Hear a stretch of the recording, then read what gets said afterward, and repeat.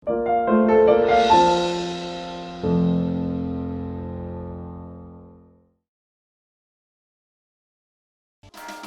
week on Arts InSight. A textile artist is someone who essentially applies color and texture to surfaces. Get inspired with Arts InSight next. Stuck with expensive repair bills? Unsure what to do with your car? Donate it to Houston Public Media. We'll provide a free pickup, and you get a tax deduction. Support the programming you love by donating your vehicle. We make donating your vehicle easy. Just call or visit us online.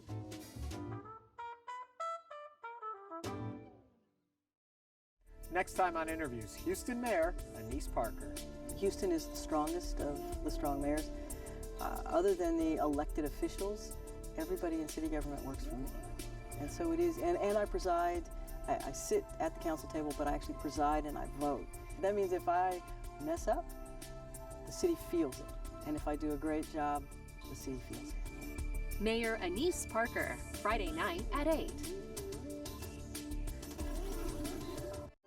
Next time on the PBS Arts Fall Festival, the legendary Tony Bennett and the flamboyant Lady Gaga team up for a very special concert with swinging selections from their Cheek to Cheek album.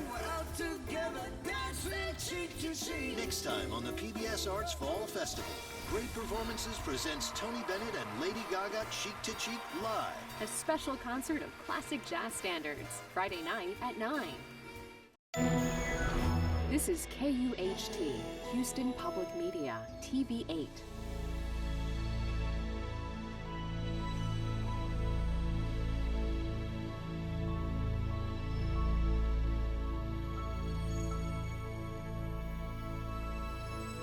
Tonight's programming on Houston Public Media made possible in part by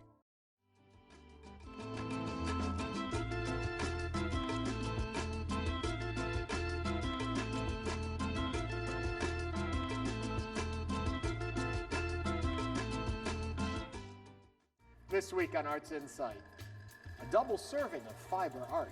A textile artist is someone who essentially applies color and texture to surfaces.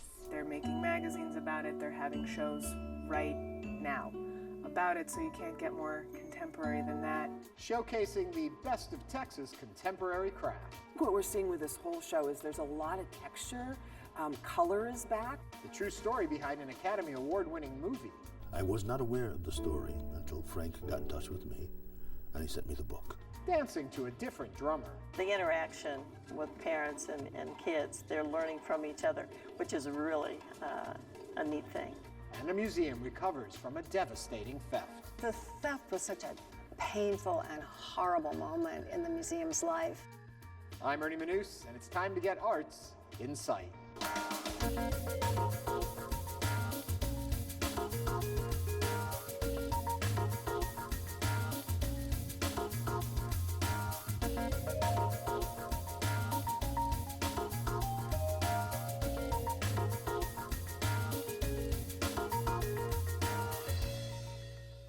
Welcome to Arts InSight at the Houston Center for Contemporary Craft. We're here to gain some insight on Craft Texas 2014, a juried exhibition showcasing the best of Texas-made contemporary craft. We'll chat about that in just a bit. Para threads together her love of textile creation with design to create a series of unique garments.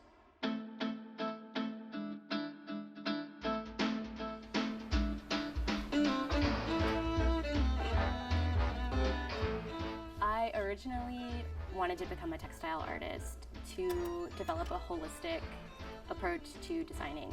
Traditionally, a textile designer will create the textiles, and then clothing designers will come to market and purchase already printed or already designed textile. But I thought, how do you really create a vision of your own using someone else's artwork?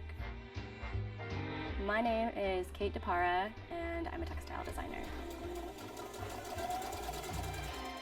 A textile artist is someone who essentially applies color and texture to surfaces. Textiles are materials that are derived from fibers and yarns. So we have woven textiles, knitted textiles, and what we call non-woven. What I love about textile design is that I can start from anywhere. I can start from a drawing, a painting, a photograph. Working digitally, you can exercise a lot of different creative outlets. My textile designs are inspired by everyday occurrences and objects, whether it's a color or a texture or a pattern or just an ordinary object.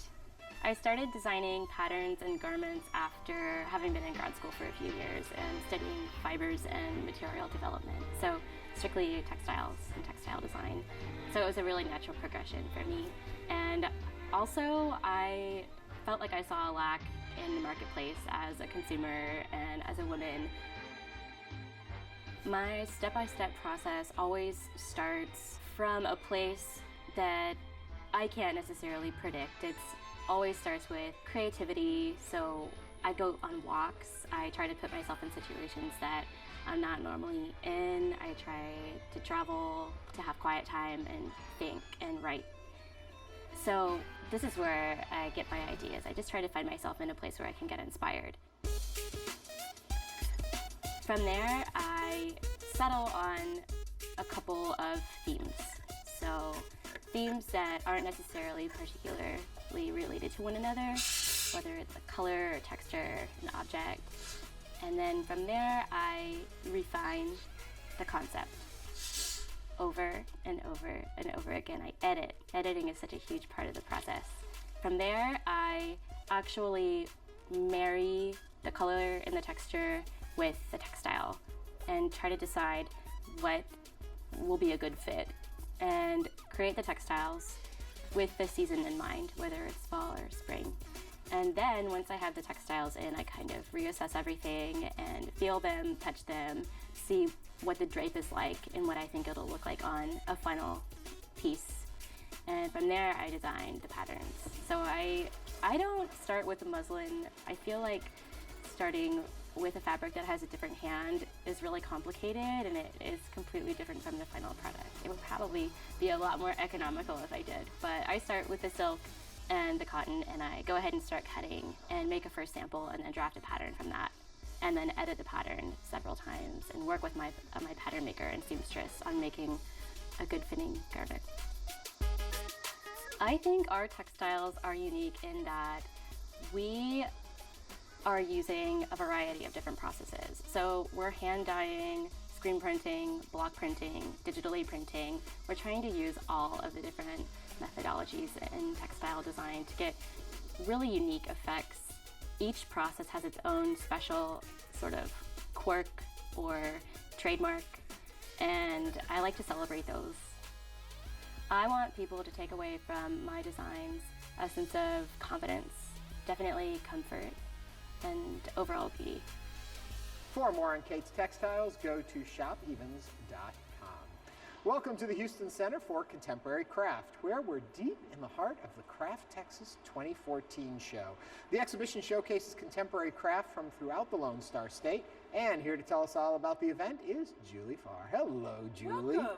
As I often say when we come to the Craft Museum, tell me what separates craft or lifts it to an art form, in your opinion. Well, it's materials-based and technique-based art. At the end of the day, the artists are working in clay, glass, metal, wood, recycled and repurposed materials, and that's really that's the traditional root of craft. Then we have these wonderful conceptual things that are happening. Yeah, tell me a little bit about the show. What is the show that we've got Okay, going on? Craft Texas this year, 2014, is a biennial exhibition. We have a national, regional, and local juror who selected from 176 artists, 44 to present. Okay, 44 artists, not Yes. 44 pieces. There's more pieces. How do you decide? Jurors do that. It's an online system where they look at all of the artworks, and always the best of the work floats to the top. Yeah. Okay, so some people are going to walk away a little wealthier this time, too. What is the prize? We have 3 $1,000 prizes. The jurors will be here, and they will make the selection from the work itself, which is also kind of a unique experience. And this is the 8th year of the show, correct? Yes, it is. So now you've seen them multiple years. Do your choices always match up with what the jury does? Sometimes. And sometimes they don't? Sometimes they don't, you know. What are some of the pieces here that you think are standouts because of maybe technique and what they've done, or something a little unexpected? Well, I think what we're seeing with this whole show is there's a lot of texture. Color is back, and they're very rich, saturated colors. Some of the pieces have multiple levels of technique in them, whether they're trained as a jewelry maker, they may be doing sewing elements, they may be doing metal piercing elements. So there's a lot of combo kind of things going on. What is the piece that you most covet in this collection? It's an occupational hazard. It happens with every single exhibition. There is a brooch that is worn on the shoulder rather than where we traditionally wear jewelry, and it is the attic turbine. So it is, you know, the whirligigs that we see on our roofs all over Houston. And it actually turns. And it moves. It's fabulous. And I think what's so wonderful about this, too, is that jewelry does fall into the craft category. So there must be a lot of beautiful stuff that comes through that you want to take Of course, with yeah. you. Metalsmithing is a really big industry that actually employs craft artists. We were talking about a piece over in the back corner there, and when I asked you about it, you felt yourself to see if you were wearing any of that person's jewelry. You always have to know what, you know, who you can describe. What are you looking forward to as the future of craft? I think that there's a greater awareness of what goes into it, that there's real people behind it, that the hand is in it, and it's so obvious. And I think just greater awareness. For people to find out more about the exhibit, where can they go? www.crafthouston.org. Thank you so much, Thank as you, always. Ernie. Pleasure. At the top of the show, we introduce you to designer Kate DePara. Here are 3 more fiber artists who are also changing the medium.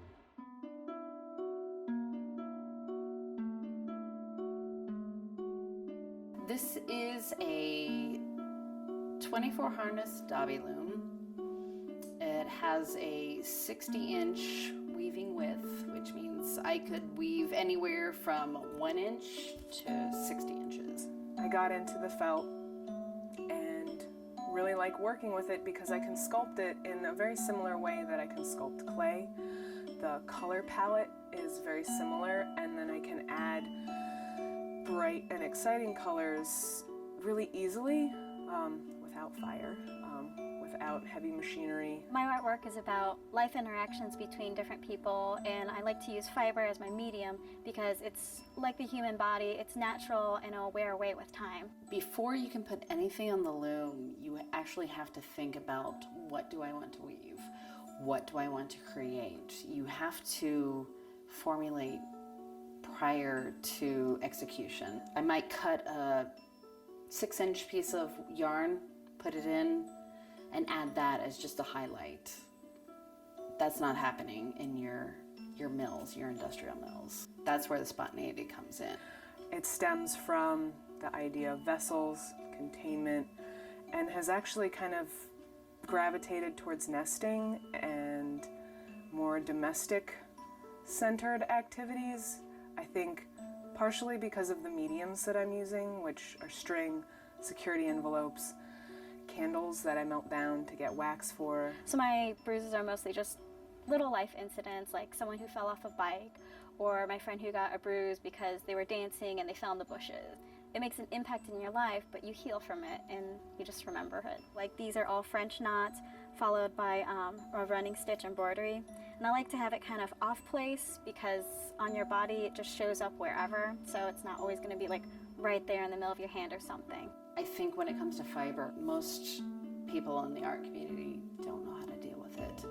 They don't know how to hang it, they don't know what context it comes in. I think fiber is a medium that a lot of people just kind of glance over because they think of it in like fashion terms or weaving, how it's just a fabric, or how it's kind of like crafty, home eccy kind of thing. Yes, my great aunt makes quilts.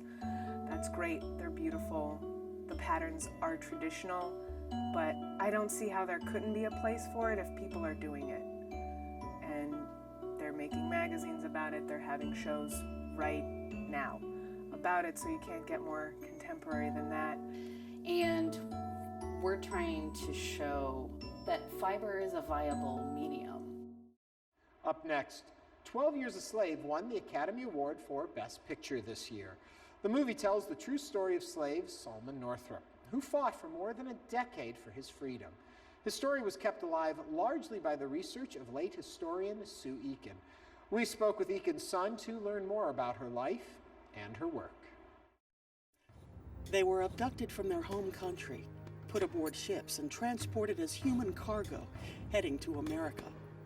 African slaves were first brought to this country as early as 1619. Between 1716 and 1731, nearly 6,000 Africans came to Louisiana, were sold as personal property, and became the workforce that fueled this state's economy. Finally, in 1808, a new federal law prohibiting the importation of slaves into the United States took effect. But now, because of the high demand for a labor force, merchants engaged in domestic slave trade. By the mid-1800s, New Orleans had become the South's largest slave trading center, with as many as 300 slave dealers in the city. And suppliers for those markets acquired slaves by any means necessary. Solomon Northup, a devoted husband, father, and free man from New York, was one of those captured. He was lured on the prospect of a job to Washington, D.C., kidnapped, chained, shipped to Louisiana, sold into slavery by Theophilus Freeman in New Orleans, and spent 12 years enslaved near the town of Bunkie today. After 12 years in bondage in the Louisiana parishes of Rapides and Avoyelles, Northup managed to escape. He returned home to his wife and children, and in 1853 published his story of enslavement and endurance. Northup's book, 12 Years a Slave, became a significant part of the late historian Sue Eakin's life and work. My mother, interestingly, she grew up where the story took place. Her dad was a small planter on Compromise Plantation. And in 1931, when Mom was 12 years old, she hops in the truck with her dad. And they go to a nearby plantation owned by Dr. Hayes. And they arrive, and Dr. Hayes says to Mom, young lady, you're going to be bored sitting here listening to two old men. Would you like to come in and spend some time in our library and read a book? Dr. Hayes took the book off the library shelf and gave it to Mom, and that became her life's work. Her focus was on Black history and Solomon Northup's story in particular. It was an untold vital history, and Solomon Northup, she felt, was the most compelling vehicle to tell the story of Black history, of the slave era. Dr. Sue Eakin conducted decades of research and produced an edition of Northup's book in 1968. 40 years later, at the age of 88, with more research and materials in hand, Eakin completed her final definitive edition of the book and the work of her lifetime. Passionate about his mother's work and Northup's story, Frank Eakin recently teamed with famed actor Louis Gossett Jr. to produce an audiobook of 12 Years a Slave. I was not aware of the story until Frank got in touch with me, and he sent me the book. And I read the book. It was kind of painful read. It got emotional, and I had to take many, many breaks. My voice crackled, and it got light, and we have to do so many pages per day, and it was almost impossible sometimes. I had to make a major adjustment on being this man, and being in his body and his voice. I can speak of slavery only so far as it came under my own observation, only so far as I have known and experienced it in my own person. My object is to give a candid and truthful statement of facts. He would make us hold up our heads, walk briskly back and forth, while customers would feel our hands and arms and bodies, turn us about, ask us what we could do, make us open our mouths, show our teeth. Solomon Northup was a very responsible, successful, artistic, and ideal husband, man, and businessman, and musician, and artist, which made him so sensitive, which is why it's so touching to be able to play and be that man. So it's a pleasure to play this artist and to know his feelings and how he cared about his children and his wife and his existence and how happy a man he really was. Then to see him subjected to 12 years of that had to be horrific. But he still had the wherewithal to write his memoirs so other people can understand the horrific ordeal that one goes through in slavery. It had to be told. The man, Solomon Northrop, never forgot his service to mankind, even when he was a slave. There's a movie out, there's the audiobook, and there's a celebration of a story that nobody might have ever seen if he wasn't the man he was. What a legacy. For more information, visit 12yearsaslave.org. One legacy of African American culture in America is dance. In California, a performing arts company invigorates its community by teaching movement to the beat of African and Caribbean music.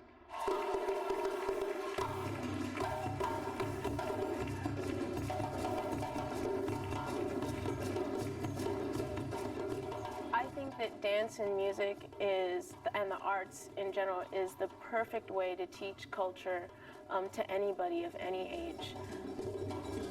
It's with our art and with our music and with our dance that we express ourselves individually and culturally. And so it's probably the easiest way for us to gain access to somebody else's culture. Phoenix Drum and Dance Company is a multi-ethnic, multi-generational drum and dance troupe. We specialize in West African and Afro-Caribbean drumming and dance. One of the things that I think appeals to people who come into Phoenix is that if they are of a different cultural background, different ethnicity, they feel welcome coming here to learn something, to experience something new. In the neighborhood newsletter, there was a little ad that talked about the drumming class. I walked into the class and sat down on the first day, and pretty much it just clicked for me, and I've been a part of it. It's been a part of me since. I wanted to start dancing because, well, first when I first looked at it with my grandma, it took me to the Sierra 2 Community Center. We looked in the door first, and it looked like it was a lot of fun because it had those flowy skirt thingies, and I love skirts. It's family oriented, and I like that because I've had 3 granddaughters that were part of the company. The interaction with parents and kids, they're learning from each other, which is really a neat thing. Anybody can do it. 4 or 5 classes, you're gonna be out there in a costume, you're gonna be dancing with us, but you're gonna be on stage with us. Our performance is our culmination of our year's work in class, and also to show what we have done out in the community, and to invite all of our community to come and celebrate with us. We have found out that the storytelling and the dance and the music, you put them together seamlessly, and they make for a very, very powerful experience. One would think that it would just be all physical, but it's not. There's a particular thing that happens when everybody's playing something that might be a little bit different, but everybody's playing it right, and it coalesces, and you get into a groove, and it's pretty special when that happens. I've always loved drums. It's just something very spiritual about it. It's a release for me from all the tension of everyday life. I just go into a different place. What I love most about dancing is just doing it. You know, the fact that we have live drummers and that we're just dancing, you know, you're giving your all and you're just having a blast and you're sweating and you're just going and going, and it's like you never want to stop. I think it is so important to include everybody in what we're learning, because African dance and drumming is not just for African people. Celebrate the music, celebrate the culture, celebrate the dance, and show how interconnected we all really are. So much more than just dancing.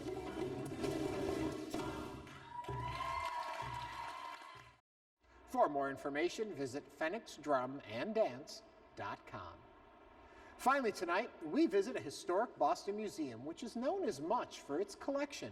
as it is for the theft that sent shockwaves throughout the art world. It's as notorious as it is heartbreaking. On a late night in March 1990, thieves gained access to the Isabella Stewart Gardner Museum. It took 81 minutes for them to deliberately make their way through the Gardner, stealing 13 works of art valued at more than $500 million. The most prized paintings, Rembrandt's only seascape, and an exceedingly rare Vermeer, one of only 36 known in existence. Both were literally torn from their frames. Anne Hawley was fresh into her directorship. The theft was such a painful and horrible moment in the museum's life. Historically, Hawley has publicly said little about the theft, which remains unsolved despite drawing worldwide attention from the beginning. We also were being threatened from the outside by criminals who wanted attention from the FBI, and so they were threatening us and threatening putting bombs in the museum. We were evacuating the museum. Staff members were under threat. No one knew really what kind of a cauldron we were in. In the midst of it all, Hawley received a call from artist Sophie Calle, who counted Vermeer's The Concert as one of her favorite works of art. Calle wanted to document the sudden absence that pervaded the museum. I don't think I brought emotion. Maybe I brought a diversion. It just seemed that she had the grit and the imagination and the courage to basically come into what was a very, very hard environment and use creativity as a way of regenerating something that could be healing and for the staff, and also could turn loss into some kind of work of art. In Last Seen, which has been shown around the world and now appears at the Gardner for the first time, Calle asked museum staffers to describe the stolen works. The idea was to do a portrait of the missing painting through people's memories, and I picked one phrase. I tried to make a portrait with not too many repetitions, that was fluid, that was poetic, that works as a text. You can imagine what that did for people, and also just she's such an interesting person, so it took people's minds off for a moment what was going on. Roughly 20 years later, the museum invited Calle back. In What Do You See, she again confronts absence, this time made even more profound by the museum's decision in 1995 to rehang the stolen painting's frames. Here, the artist posed questions to a variety of museum staff and visitors as they contemplated the missing works. I didn't ask them to describe the painting. I asked people, what do you see? And obviously the staff members, they still see a Vermeer or a Rembrandt, but some of the visitors saw an empty frame, a tapestry on the wall, a hall, something they didn't understand why it was empty. One of the most haunting images features Hawley herself, caught in reflection. 23 years of loss staring back at museum patrons. What's it like for you to see the portrait, the picture where we see you? That was shocking to me because I didn't know that I would be reflected. I'm sort of staying away from it. I don't know. When I saw it, I just turned away. I was very surprised. And I asked her last night if she knew that she caught that reflection, and she said yes. And I said, oh, why didn't you tell me? I just, would have preferred to have been anonymous. It's poignant, though. Hawley is now forever remembered, just as she wants the paintings to be. For more in the museum, go to gardnermuseum.org. And that's a wrap for us tonight. But tune in next week when we get into the Halloween spirit by paying a visit to the National Museum of Funeral History. Until then, for Houston Public Media, I'm Ernie Manous. Thanks for watching, and have a great week.